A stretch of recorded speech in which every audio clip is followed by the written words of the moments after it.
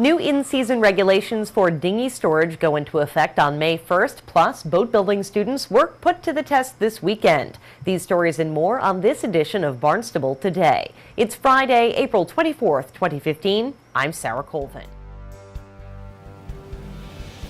A boat built by students will see the water for the first time this Saturday in Hyannis. The program was a joint effort between the Barnstable Recreation Division and the Maritime Museum, with funding provided by the JFK Memorial Trust. Since February, 6th and 7th graders have been working one-on-one with volunteers at the Cape Cod Maritime Museum on the boat building project.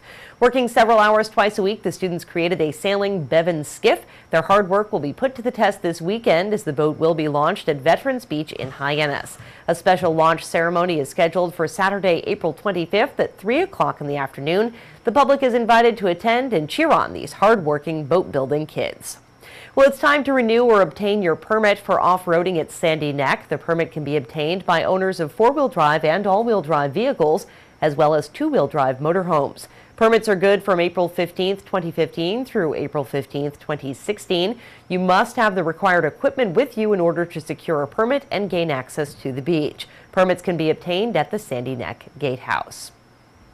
Well, Barnstable's beaches and town landings are dotted with dinghies and other personal watercraft during the summer months, but boaters beware. New regulations regarding in-season storage of vessels on town property will go into effect on May 1st. I spoke this morning with Harbor Master Dan Horn, who reviewed the new regulations.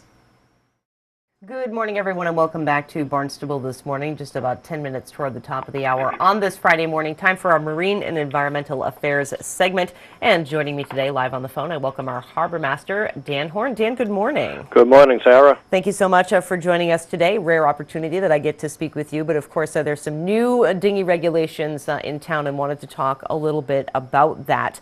So tell me a little bit. I mean, from what I understand, obviously people who have moorings like to store their dinghies on the beach in order to get to and from their boat, but it seems like over the years this has grown to people with perhaps their kayaks and canoes, and they store them as well. So tell me a little bit about can you give me the lay of the land in terms of what we're looking at?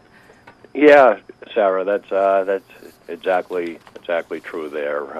Over the years, we've seen an increase in the number, not only the number of boats, but the type of boats.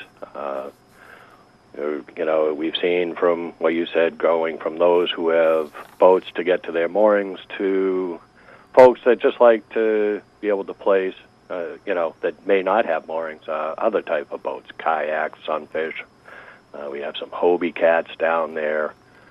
And so, it's nice that we're able to provide access to the water to a lot of people.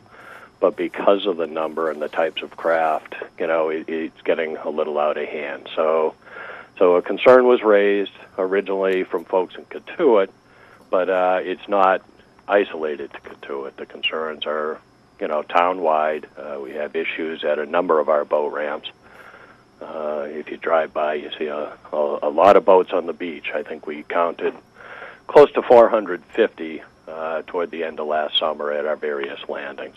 That's a pretty significant amount of vessels. So, a public hearing was held last week, very well attended, and some changes have been made to those. The first one I kind of wanted to highlight, of course, and this was a change that was made last year, was that there was no winter storage of boats. So you did have to get the boats off of the beach by November 14th of each year. But the new regulation is kind of dealing with the size of the boats.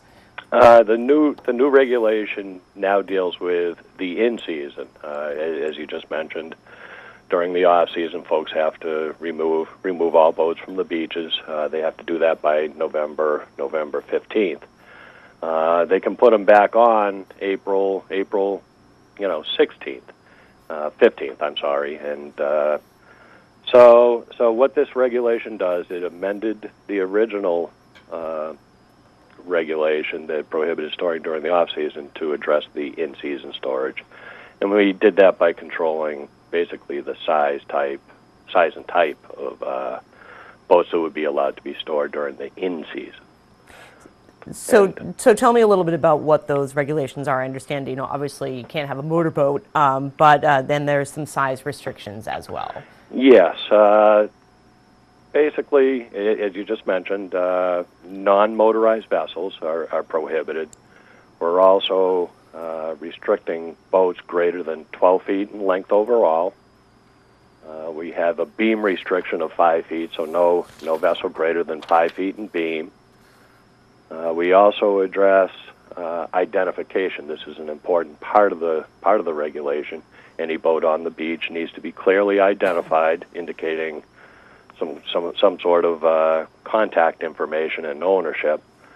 That so should a dinghy break free or float away because of unusually high tides or whatever, that we're able to locate the owner and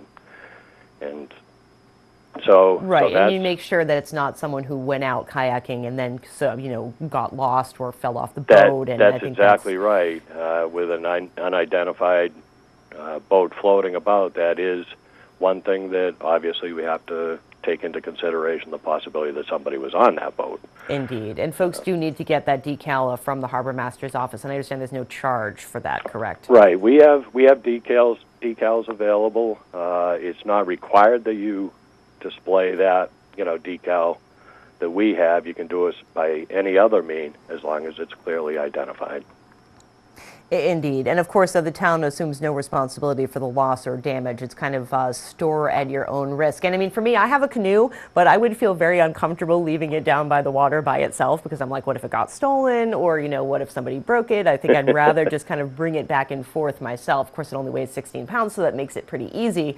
But I think, again, that's something that people do need to keep in mind, that it is store at your own risk. It is store at your own risk. The town, and it's clearly stated, we're assuming no responsibility for the loss or damage to any boat that's placed on the town property. Now, Are people allowed to put like concrete blocks where they can lock their boat to it, or is that something that is against the rules? Well, we did address structures, and we had we defined what a structure is, and that would be something basically that was man-made and intended to remain in place, meaning that it was probably dug in or something like that into the shore, or burying something.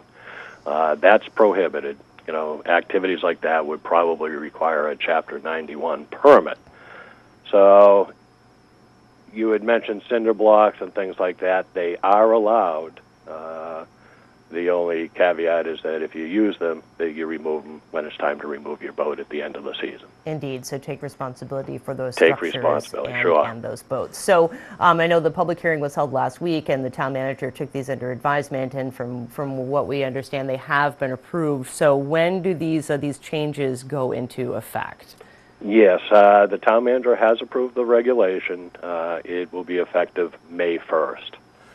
Up until May 1st, I can tell you we are doing some things to try and get the word out, this being one of them, of course. Absolutely. But we are posting notices at the landings, as we speak. We're out there posting notices right now. We're trying to get the word out, to help folks not having to deal with put it down there and then remove it later on. So we're hopefully avoiding some of the issues, and of course, hopefully we won't have to be taking some enforcement actions later on. So we're trying to spread the word. Again, getting out, posting notices, leaving notes on boats about the new regulation and so forth. Absolutely, and I'm sure there are people who have their boats out there already. Get those decals and make sure that you know the regulations. Dan, I thank you so much for joining us here on Barnstable this morning, and I'm looking forward to a very happy and safe boating season. Well, thanks for having me, Sarah. Have a good day. You too. Those regulations go into effect on Friday, May 1st. You can contact the Harbor Master's office with questions. You can reach them at 508-790-6272. Finally, the Department of Public Works will continue with culvert improvements on Main Street in Cotuit this Saturday, April 25th. The work will be limited to the section of Main Street near the intersection with Pinkwixet Cove Circle. Vehicle access during much of the construction process will be restricted to one lane. If possible, drivers are advised to avoid this section of Main Street. Work hours will be from 7 a.m. until 3:30 p.m. on Saturday. Again, work will be done on culvert improvements on Main Street in Cotuit near the intersection with Pinkwixet Cove Road.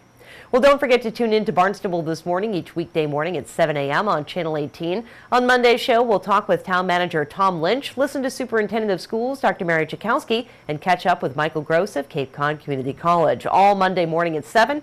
right here on Channel 18. With Barnstable Today, I'm Sarah Colvin.